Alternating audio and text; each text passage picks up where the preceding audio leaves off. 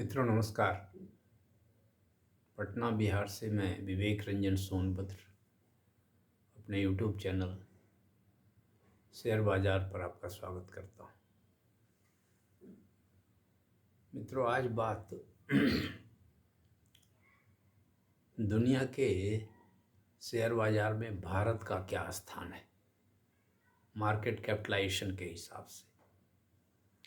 इससे यह भी पता कुछ हद तक चलेगा कि हमारा देश अर्थव्यवस्था के हिसाब से किस पायदान पर है। हमारे प्रधानमंत्री जी बार बार बताते हैं कि पांचवी सबसे बड़ी अर्थव्यवस्था है या और चौथी बनने वाली है।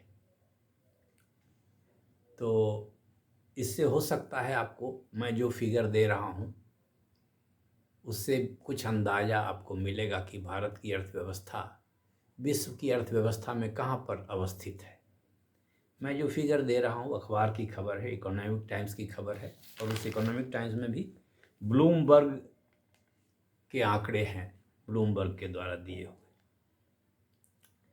तो इसमें मार्केट कैपिटलाइजेशन के हिसाब से, मार्केट कैपिटलाइजेशन जैसा कि आप जानते हैं कि पूरे लिस्टेड कंपनीज़ का जो शेयर है उसका जो मार्केट वैल्यू है उसको मार्केट कैपिटलाइजेशन किए कहते हैं, पूरे लिस्टेड कंपनी के सारे शेयर का। तो उस हिसाब से अमेरिका जो है नंबर 1 पर है। इसका सारे शेयर का जो अमेरिका में सारे कंपनी लिस्टेड हैं उसका मार्केट कैपिटलाइजेशन है 77,355 बिलियन डॉलर, अर्थात 77.355 ट्रिलियन डॉलर, 77 ट्रिलियन डॉलर मानकर चलिए। चाइना में जो कंपनीज लिस्टेड हैं उनका वैल्यूएशन है मार्केट कैपिटलाइजेशन के हिसाब से 15,743 बिलियन डॉलर। तो मतलब आप मोटा मोटा 15 या 16 ट्रिलियन डॉलर मानकर चल सकते हैं। तो अमेरिका पहले स्थान पर है, चाइना दूसरे स्थान पर है, जापान तीसरे स्थान पर है। यहाँ जो है मार्केट कैपिटलाइजेशन जो है सारे शेयर बाज़ार का जापान में लिस्टेड कंपनीज़ का 8,551 बिलियन डॉलर, मतलब 8.5 ट्रिलियन डॉलर कह सकते हैं। हांगकांग में कई सारे हांगकांग एक छोटा सा आइलैंड है जो कि अब तो चाइना का है, पहले इंग्लैंड का हुआ करता था। उसका मार्केट कैपिटलाइजेशन जो है आश्चर्यजनक रूप से बहुत बड़ा है, 7,524 बिलियन डॉलर का, मतलब 7.5 ट्रिलियन डॉलर। 5वें स्थान पर है आपका भारत देश। इसका जो है सारे शेयर का मार्केट कैपिटलाइजेशन है 4,909 बिलियन डॉलर, मतलब 4.9 आप कह सकते हैं 5 ट्रिलियन डॉलर।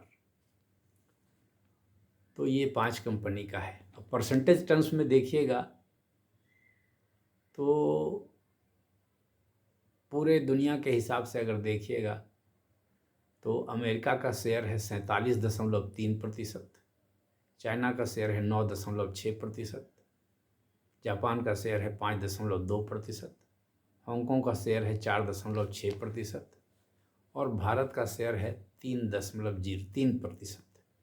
तो शेयर बाज़ार के मार्केट कैपिटलाइजेशन के हिसाब से देखिएगा तो पूरे दुनिया के शेयर बाज़ार के मार्केट कैपिटलाइजेशन का भारत मात्र 3% है। ऐसे रैंकिंग में अभी 5 है, लेकिन इसके जस्ट नीचे दो देश हैं, बहुत छोटे से देश हैं हमारी तुलना में। इसके नीचे, हमारे नीचे है 6ठे स्थान पर आप कह सकते हैं तो ताइवान है, जिसका 4.8 ट्रिलियन डॉलर यानी 4,800 बिलियन डॉलर, और उसके नीचे साउथ कोरिया जिसका 4.7 ट्रिलियन डॉलर है, मतलब 4,700 बिलियन डॉलर।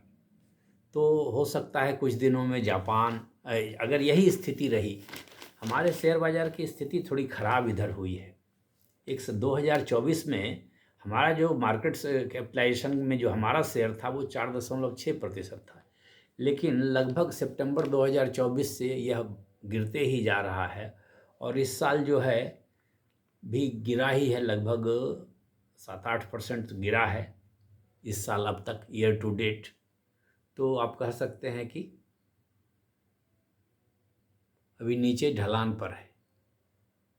तो अगर ऐसा ही रहा तो कोई गारंटी नहीं है कि ताइवान और कोरिया भी हमसे मार्केट कैपिटलाइजेशन के हिसाब से आगे चले जाएं। तो मार्केट कैपिटलाइजेशन के हिसाब से अभी भी भारत 5वें स्थान पर है और मोदी जी भी कहते हैं, प्रधानमंत्री जी भी कहते हैं हम 5वीं सबसे बड़ी अर्थव्यवस्था है, 4थी सबसे बड़ी अर्थव्यवस्था हमें बनना है, $5 ट्रिलियन। वो तो जीडीपी के हिसाब से कहते हैं। जीडीपी से हमारा जो मार्केट कैपिटलाइजेशन है वो थोड़ा ज़्यादा है। अभी हमारा जीडीपी $4.5 बिलियन का है, $4.5 ट्रिलियन का है, ये $4.9 ट्रिलियन का है। तो ये स्थिति है हमारे शेयर बाज़ार की। तो आप कह सकते हैं मोटा मोटा अभी हम लोग 5वीं बड़ी अर्थव्यवस्था हैं, या हो सकता है कुछ नीचे चले जाएं कुछ दिनों में, क्योंकि हमारे पास अच्छा ये जो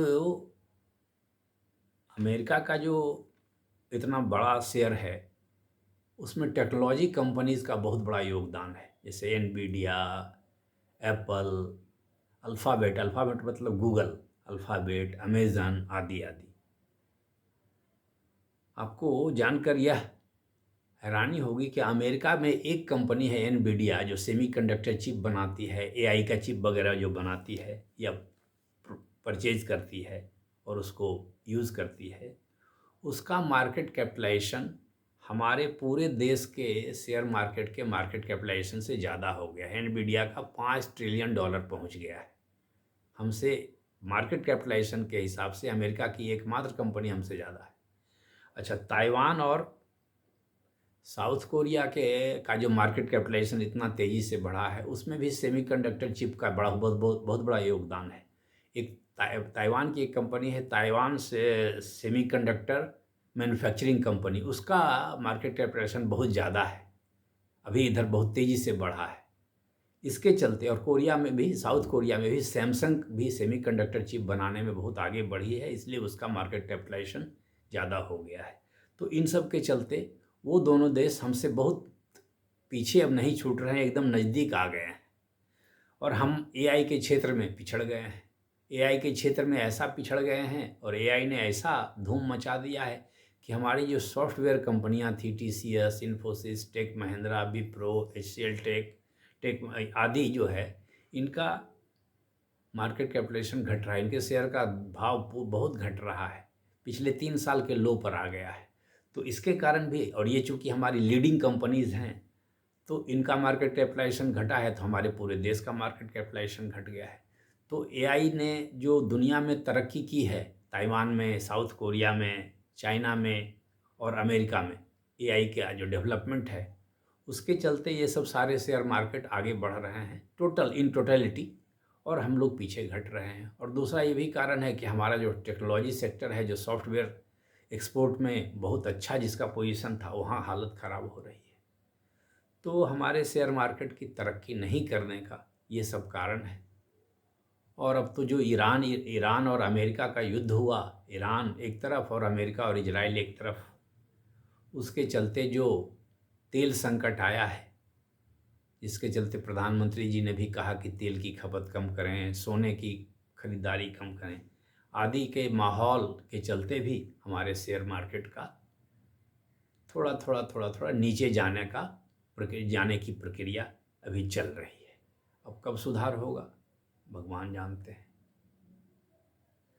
तो मित्रों, ये मुझे लगा कि ये जानकारी शेयर मार्केट से रिलेटेड उपयोगी हो सकती है, तो मैंने ये वीडियो बनाया। आपको ये वीडियो कैसा लगा कृपया कमेंट में बताने का कष्ट करें। धन्यवाद।